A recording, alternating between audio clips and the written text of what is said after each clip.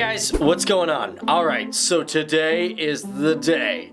Yeah, I know, all you FTD Facts followers out there, you've been requesting it. You guys have been going insane in the comments section asking for us to finally do a video on Nepal. Now here on FTD Facts, okay, alright, first of all, we take requests from all you guys out there in the real world, so be sure to let us know what videos you want to see, what countries, what questions you guys have. We'll get answering them for you guys in future videos, and we'll give you guys shout outs. But also, before I get in the video, I want to know from you guys, it has nothing to do with countries, but I want to know, what is your favorite type of food? What is your favorite dish? Me, I love lasagna. I mean, if I could be a real life version of Garfield, I would, because I love lasagna that much. So anyways, we ain't getting any younger. Let's get started. Let's talk about Nepal. Now, thanks to Garay Hall and many of you other viewers out there, you guys gave us a lot of facts, so we didn't have to do the research. However, we had to double check a lot of these facts first. And thanks to Gray, he said that 91% of Nepal's energy is produced by hydroelectric power.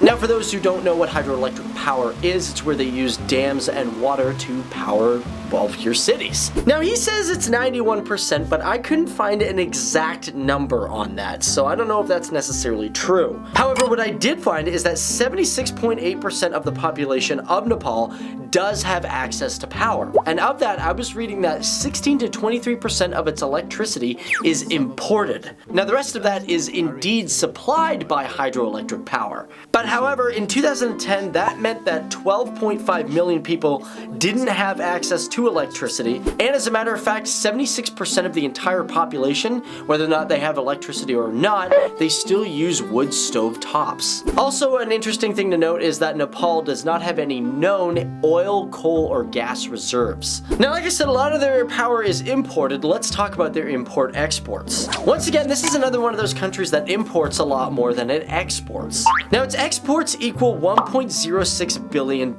in goods. However, they import $7.75 billion in goods as well. Now, their biggest exports are knotted carpets being 7.5, and yeah, flavored water being 6.5%. Now, a few of you guys in the comments, you guys mentioned that Nepal has a very unique flag. As a matter of fact, the only flag of its type in the entire world. Now, most flags are, yeah, in the shape of a rectangle or square. They're called quadricle flags. But however, it is true, Nepal does not have a quadricle flag. And as a matter of fact, you guys were right, because Nepal, well, it has a flag of 2 triangles on it. And I gotta say, man, give that to Nepal. I wish there were more flags that were like this. Not to bash any other countries, but I really think that this is original. Now, back on April 25th of 2015, Nepal was hit by a giant earthquake. It measured 7.8 on the Richter scale. But here are some things that you probably didn't know about that earthquake. First of all, it is the worst earthquake they've had in 80 years. The earthquake itself also had 2 aftershocks.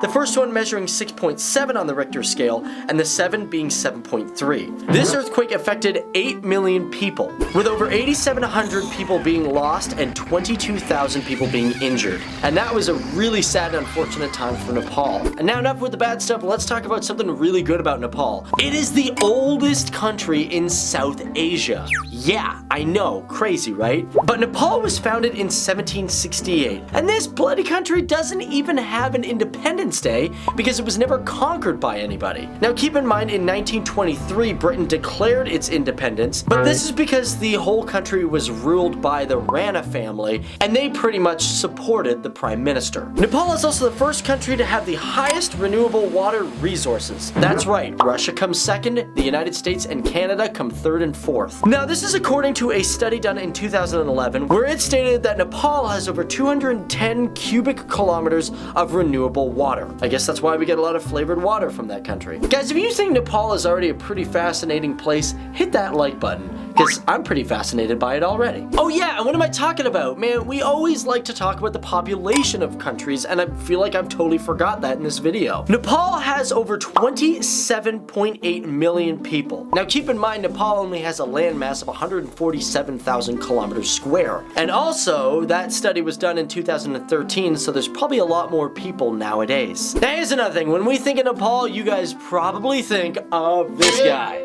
You know who I'm talking about? Buddha, the guy that kind of reminds me of the Pillsbury Doughboy. You know what I'm saying? You just want to poke his belly and hope he goes, Listen guys, I'm not being anti-religious. You got a belly that big, you just want to poke it. Hopefully there's no lint in there because that would be just disgusting. But when it comes to Buddha and the religion of Buddhism, some people may think that it formed in different countries. However, Lord Buddha was born around 623 BC, and they say that the Lumbini temple is not only kind of the area where he was born, but it's also the first Buddhist temple. As a matter of fact, this temple is so recognized as the birthplace of the Buddhist religion that it is under the protection of the UNESCO, which is a World Heritage Organization. Now let's talk about the tallest mountain in the entire world. And that tall mountain is known as Sagarmatha, which currently stands over 29,000 feet above sea level. Now wait a minute, I get it. Some of you guys could be like, Dave, no, you're wrong. You're wrong, Sagarmatha's not the tallest. It's Everest, man. Don't you know? Just common sense? Well, believe it or not, Mount Everest is also called Sagarmatha. Gotcha. And you know what? Considering we're talking about Everest, let's talk about Everest and who climbed it. Now, many people have climbed it. They've tried to climb it. Many people have died in an attempt to climb it as well. As a matter of fact, they say about 280 people have died so far, at least in collected human history, while attempting to climb the mountain. Now, the idea for climbing the mountain came from Clinton Thomas Dent, who was president of the Alpine Club. In his 1885 book, Above the Snow, he stated that, yeah, it's most likely possible to climb that mountain and reach the top. Now, after that, there were tons of attempts. As a matter of fact, the northern approach was first discovered by Gregory Mallory and Guy Bullock. Now, this was during a British expedition in 1921, and they only made it to 22,982 feet.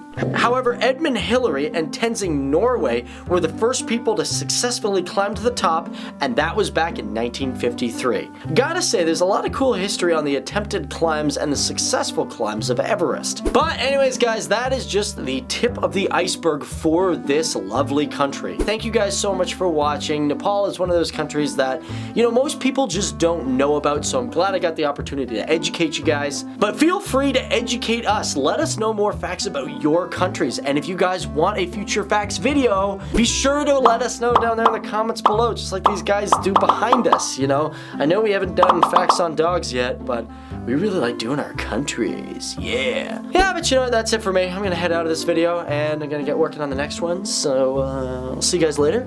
Cool? Is that cool? We'll see each other later? Yeah, alright. Well, you guys have a good day till then, okay? Or good night whenever you're watching this movie. Okay, bye!